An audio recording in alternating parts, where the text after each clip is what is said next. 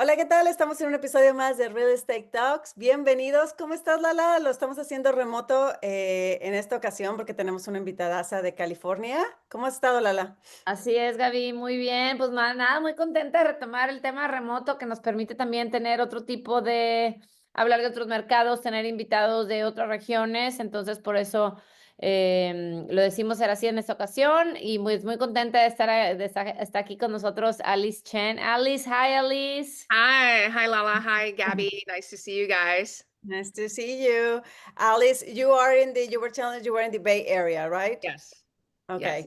Well, Alice, we're going to give the microphone to you. I want just to tell our audience what you are doing right now, but more important, how did you start working into real estate? Why real estate, and how did you develop your livelihood in it right now? Sure. Yeah. And thanks for inviting me to the show. So, I'm a partner at Pender Hastings Capital. We are a real estate private equity firm, and we have funds in Canada. We just launched our first fund in the United States as well, focused on land development.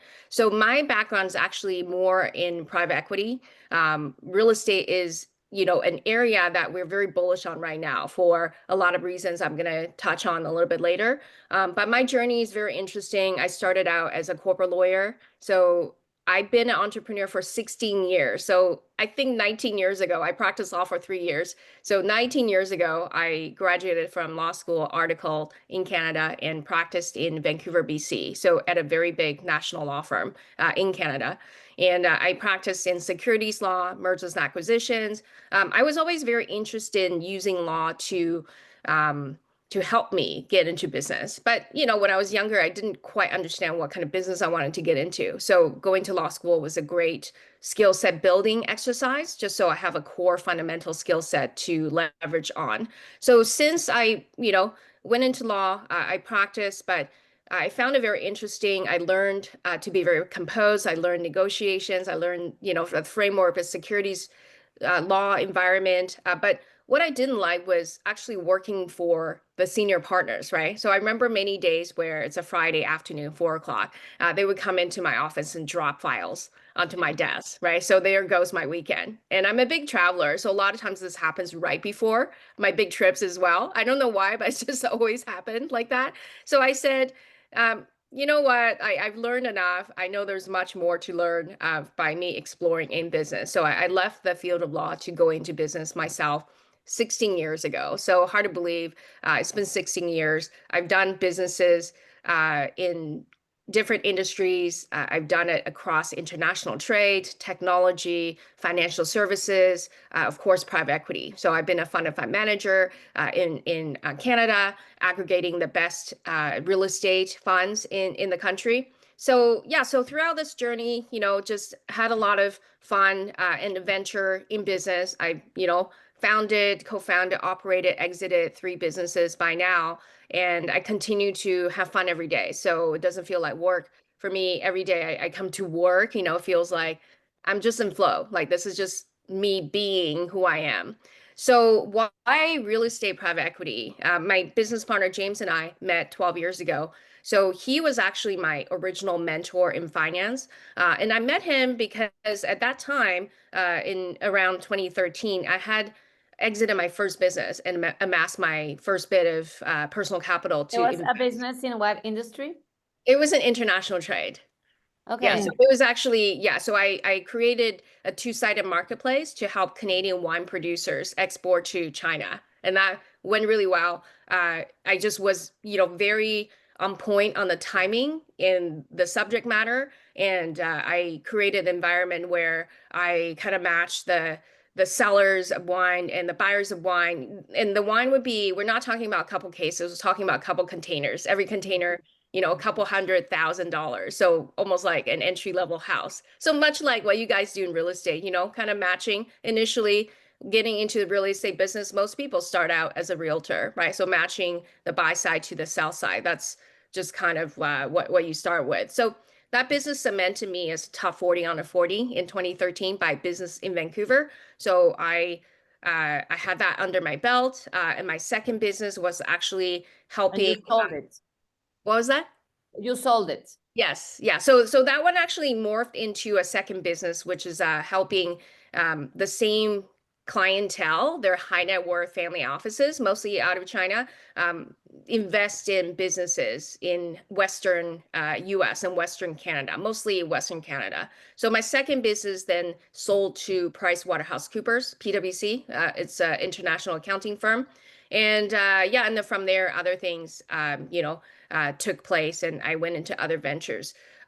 So going back to what I was talking about, so I met James because around that time, 12 years ago, I had my, first bit of personal capital to invest. I knew I wanted to learn everything about private equity, right? So I've been hearing about it. I've read a lot about alternative investments.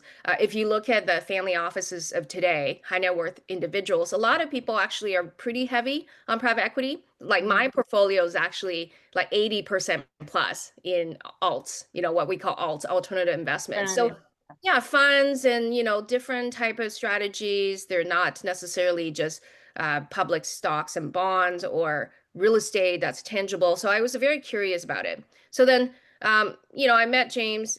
He showed me the ropes. Like I invested, I was an early investor in his early funds, did really well. And then from there, fundraise for his fund. And then that company went on to become a really massive company, 24 portfolio companies and about 800 million of annual combined revenue. He's raised more than 500 million of institutional capital. So yeah, so throughout that journey, it was a lot of skills building, and of course, I broadened to learn from other fund managers or asset managers in Canada, and that's when I became a fund of fund manager myself. So during COVID, I relocated to California to join family here, and at that point, James had exited from his private equity venture. And so we reconnected, and it turned out that we had both been very interested in looking at real estate more closely, right? So real estate is actually a better asset class than traditional private equity of buying businesses. Why? Because less moving parts. To scale a real estate business, mostly you just need capital, right? If you have the fundamental skill set of looking at what's a good deal, doing due diligence, you can scale through capital, right? So it's not a very human capital intensive business. Whereas if you're buying businesses and you're wanting to grow and scale businesses, you just need a lot more human capital. Elements.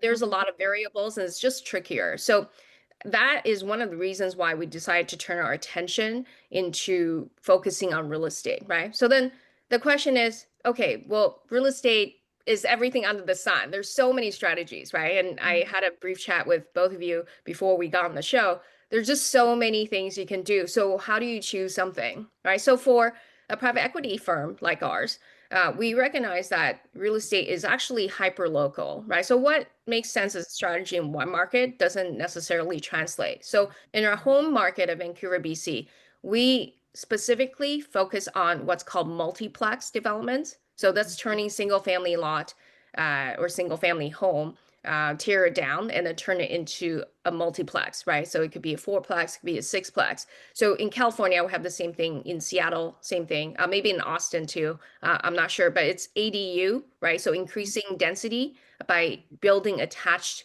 ADU or detached ADU. So we specifically focus on that in Vancouver. So those are like a condo regime. So you like get a single family and whatever the city allows you to put 2 or 3 or 4 units. Yes, correct. Yeah, so condo conversions. And I'm but you imagining do in condo Seattle, conversion. Vancouver is normally in the urban size where it's more condensed and the city is just like in Austin is happening, what the city is allowing more to like one single family can have up to 6 units depending on the square footage of the land, but it's the same case for Vancouver, Seattle, and I'm assuming Yes. San Francisco. Okay. Okay. Yeah, absolutely. Yeah, so that's what we focus on in Vancouver. We probably will replicate this business strategy across other urban centers in the States as well. But in the meantime, we spent the last couple of years looking at, okay, what is a good strategy to go in, right? As a private equity firm, what we want is a problem that's big enough, right? That's not small because we want a big enough problem that we can work on for the next 5-10 years, because we're going to put in a lot of energy, a lot of bandwidth, human capital into digging into one specific strategy and building infrastructure and ecosystem around it. We want to make sure it's something that's sustainable, right? Something that can be sustained over time.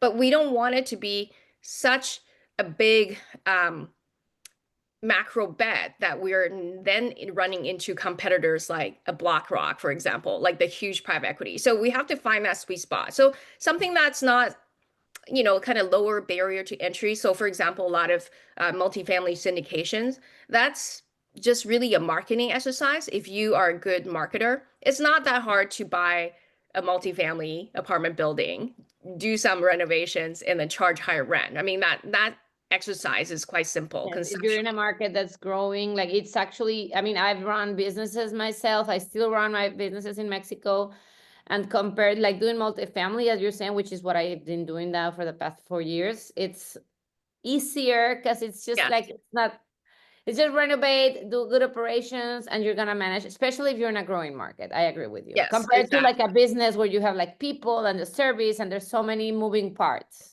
Yes, exactly. Yeah, so then, we looked at multifamily in Texas actually. So James was mostly in Dallas the entire year of 2022, and talked to 200 different parties in that ecosystem. But because the interest rate started to hike up towards the end of 2022, we saw the writing on the wall. And then we also feel like the space was super crowded, right? So unless you're some sort of, I don't know, radio personality, celebrity, or you've been in the market for a long time like you, Lala, we didn't feel like we have any advantage in that. So we left it. And then so we then explore different theses, like we explore single family home building en masse at scale in Florida. And then the hurricanes happened, right? So we started to make us feel like, okay, well, maybe that's not the best thing to do. But what we've started to do is actually dig into this thesis of land development last year. So, more than, I would say probably, more than a year ago, we started to really deep dive into strategy. So what is land development? And why do we pick that as our main strategy for our fund? So land development is entitlements as well as horizontal development.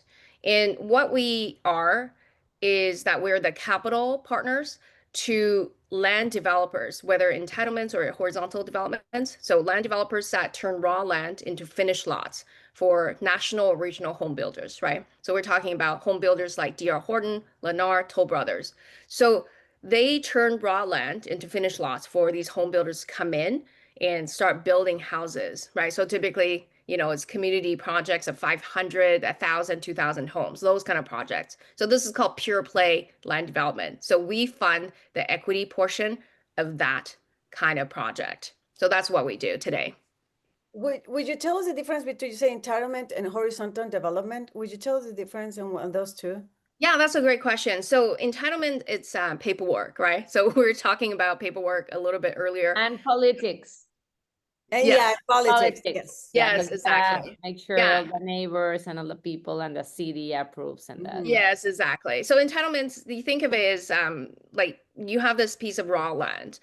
To realize its potential, you want to get it to a place where it can be built into, like for us, we look at residential, so built into as many homes as possible, right? So what does that involve? Well, step one, go to your municipality or county office, and you got to do a series of paperwork, right, to get that approved. And Lala, you're very much right. It's, you got to play a little politician. You got to get the approvals of the council. You got to do the kind of human element massaging of the situation to get it across, right? So I think that part creates a natural barrier to entry. So I've met not too many entitlement specialists, but the ones I've met, they're very smart. And then they are a specific type of personality, but when they really focus on it and then they develop a skill set, it's a very prized skill set. So I would say entitlements, the paperwork, think of it as paperwork. So turning raw land into lots that can be developed, right, on paper. So then once you have that approval in place and you got it entitled, the zoning permits and all of that, then the next step is what's called horizontal development. So why is it horizontal? Well, it's because you're developing roads and infrastructure. So you're developing this way, horizontally. You're not developing vertically into a house or into a building, right? So that's why we call horizontal development. So we typically fund projects where the either it's for entitlement process, or if it's entitled already, we fund horizontal developers that are turning entitled land into buildable lots, like Like actual. building, like putting services, water, Exactly. electricity, and all that, right? Yes. Yes. And so typically the horizontal developers, they have construction background. They know how to run teams. Like they do that, and then I feel like sometimes they overlap. Like sometimes some of our operating partners, they will do both. But typically the different companies they just start to really specialize and branch out into one of the other. So it's from raw to entitlement, then you move to another party, or sometimes if same one, but mostly most times to the middle part, horizontal development, and then the final product goes to D.R. Horton or Taylor Morrison, Correct. and then to the end consumer. Yes, correct. Yeah. And one thing that's really great about our fund is that we only invest in projects that already have a forward purchase contract with the home builder. So, for example, Okay. our horizontal developer will not start doing any work unless they have a contract in hand from D.R. Horton. D.R. Mhm. Horton will say, buy these lots from us, $30,000 a lot. And then once you're done the 2 years of a horizontal development, we will buy it back from you, $70,000 a lot, right? So these are just fictitious numbers, but typically what Oh, I'm, wait a second. So D.R. Horton or whichever builder yeah. buys the land, and then the person that does, someone else does the horizontal development, and then they sell it back to D.R. Horton? Yeah, so typically, let's say if it's two different parties doing the entitlements and the horizontal development, right? So let's assume the land is now entitled. So Mhm. D.R. Horton would typically own the land at this point, Mhm. but they don't want to do the horizontal development themselves. So then Gotcha. they would say, hey, horizontal developer, here's here's I don't know, 500 paper lots that's entitled. Buy the lots from us at $30,000 per lot. You do what you do. You do the horizontal development, you put in the roads and infrastructure, water, sewage, all of that. Once you're done, we're going to buy the land back from you. Now the land is actually buildable paths. We'll buy it back from you at $70,000 per lot. So Gotcha. our horizontal developers have to buy the entitled land, and then they do the work, and then but they know how much they're going to exit at, right? So they know how much D.R. Horton's buying back from them. So And it's already a buyer's signature on it. yes, So you as a fund of that project, even though it might take 2 years or 3 years, whatever it takes, you already have a secure buyer at the end. It's not correct, what the market is gonna say at that time, and we don't know what the price per lot is gonna be. correct, Mhm. correct. Yeah. And how do you find the opportunities, these opportunities? Like what markets do you focus on? How do you decide between markets? And then once you get to a market, how do you decide what projects to invest in or not? Yeah, so we are typically seeing projects in the Sun Belt states. So in, Texas and Florida, the Carolinas, Kentucky, Tennessee, Arizona as well. So a lot of these states. And it's not so much we're, we're preferring this market over another market. It's more driven by the home builders' demand. So the home builders have their own data that's driving them to want to build in certain pockets of the country. So D.R. Horton, for example, they have 81 profit centers. So it's almost like they're a huge multi-billion-dollar company, but 81 small businesses, right? Regional businesses. So they will dictate where they're going to build, right? So once they dictate where they're going to build, then they drive the entitlement companies to do the entitlement. Then they drive the horizontal developers to do that. So it's a reverse engineering process that Mhm. happens. So it's not so much, oh, we think I mean, I think Austin is great, but it's not a process where, oh, we think Austin is great, so let's go and entitle this parcel of land, or let's go and do horizontal development. And then 3 years later, 2 years later, you hope that there's a buyer that can come and take it from you. No, we don't do it that way. We do it in the reverse engineering way with, different safeguards. That's a great way to do it because somebody already is doing the research for you, and they also sign in on the Exactly. product that this horizontal developer is gonna do. And just out of curiosity, I saw a lot of new construction, and normally these big developers or developments have several builders. Like you have a Taylor Morrison selling next to Toll Brothers and selling next to this other, I don't know, Drew Homes. So they all work together in the beginning, or they each individual have their own horizontal developer working for them. Yeah, that's actually a perfect question. I was just going to touch on that. So let's say if our horizontal developer has a contract with DR for 1,000 homes in the beginning, right? But we always want to layer on different risk mitigation measures. So they, even though they have this contract in hand, signed ink, to be sure, right? Because we don't know what the world looks like, what the market looks like in 2 years or 3 years when something like that scale is done for 1,000 homes. So typically the horizontal developer will actually shop it around and find secondary and tertiary home builder to come in. So maybe in 3 years, DR Horton, they don't want the 1,000 lots anymore. They want to actually they still want 500, but they don't want to take down 1,000. So at that point, you can then you have your secondary and tertiary buyers. So then you can go and say, hey, now there's 250. Do you want this 250? Right. And as long as they have this agreement on the different product kind in that community, it's a nice mix, right? So maybe DR Horton's 500 would be starter homes, but KB has like a more of a move up home feel, right? So as long as they don't feel like they're in competition, those type of combinations are very welcome. Mm-hmm. Or even like I'm thinking of a specific community here. It's called Traviso, where Taylor Morrison has within the community, so big of a community, but within the community they have the startup, which you can buy them at I don't know 700,000. But the same Taylor Morrison has another collection down the road in the same Traviso area that you cannot find anything under 2 million, but Mhm. it's the same builder with three different collections within the community. Yes, You also yes. have the Toll Brother doing the same Yeah. thing and the Drew Home doing the same thing. Yeah. So I see those combos a lot as well. And I think that's a very wise decision to kind of mix and match.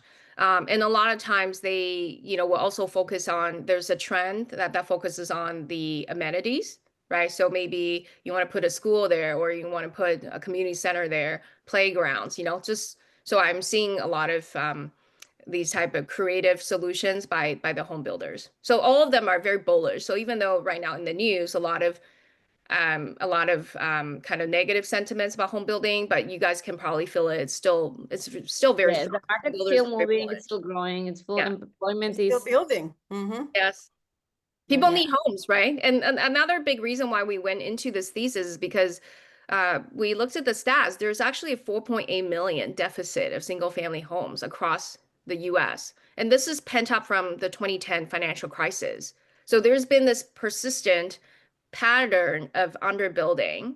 And so now with this kind of deficit and growing deficit, um, it's going to take all the top 50 home builders in America to build at max capacity 10 years to catch up, right? So we're talking about DR Horton, America's number one builder, $35 billion annual revenue. Like even at that scale, they're only building 100 homes a year, 100,000, sorry, 100,000. So yeah, so that's a very small number compared to the deficit amount. Yeah. And Alice, how does your fund work? Like, say someone wants to invest with you, like, it's like, so it's a blind pool fund, and then you decide which projects to invest, or Yes. how does it work? Yeah, so we're what's called semi-specified fund. So it's not completely like we are always doing due diligence on the projects. So we have 5 operating partners right now on that roster that we have already done due diligence on. So we're comfortable with them.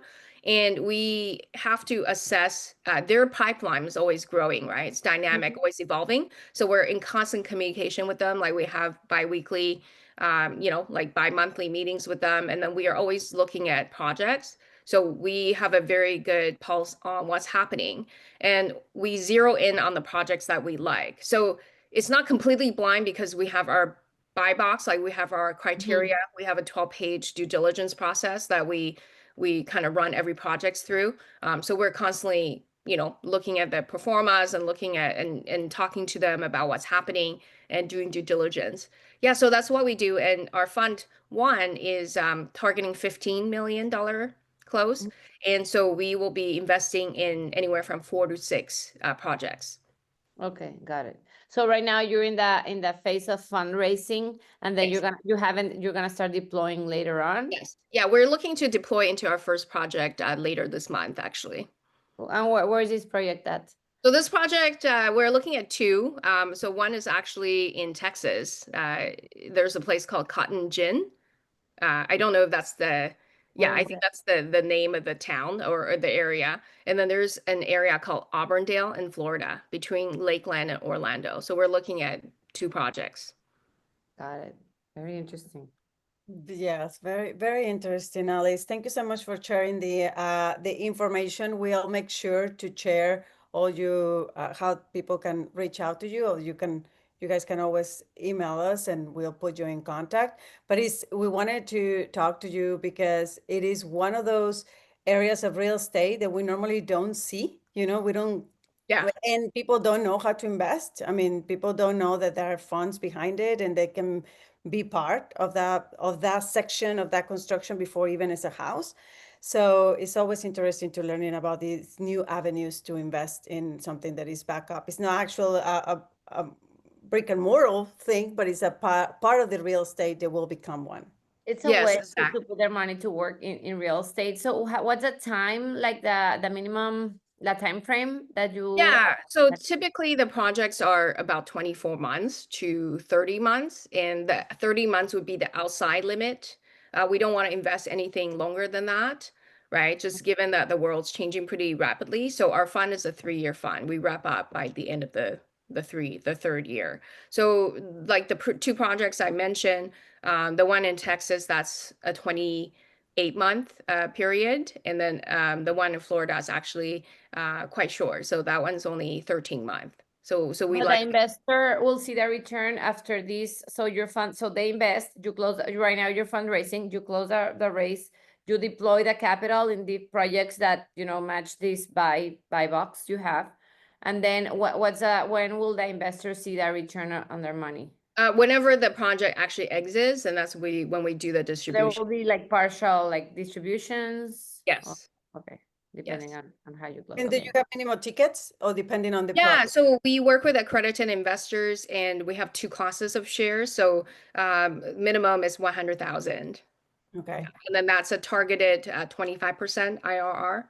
So pref of 12%, preferred return 12%. So which means if we don't make 12% for the investor per year, we don't get anything as a GP. So pref 12%, but after that we do a 50-50 split. So taking that 12% all the way up to 25. Okay. Okay. Good to know. Well, thank you so much, Alice, for your time and for the people that you know, y perdón que me voy a cambiar al español, pero ya saben, si quieren contactar a Alice directamente, les vamos a dejar la información, pero también nos pueden comunicarse con nosotros a hola@lalegaby.com para aprender un poquito más de este asset de real estate, que no hemos hablado mucho de Lala, así que yo creo que tendremos a Alice de regreso, ¿no? Así es, pues muchísimas gracias. Thank you so much, Alice, for being here and sharing with our audience. Yo soy Lala Elizondo.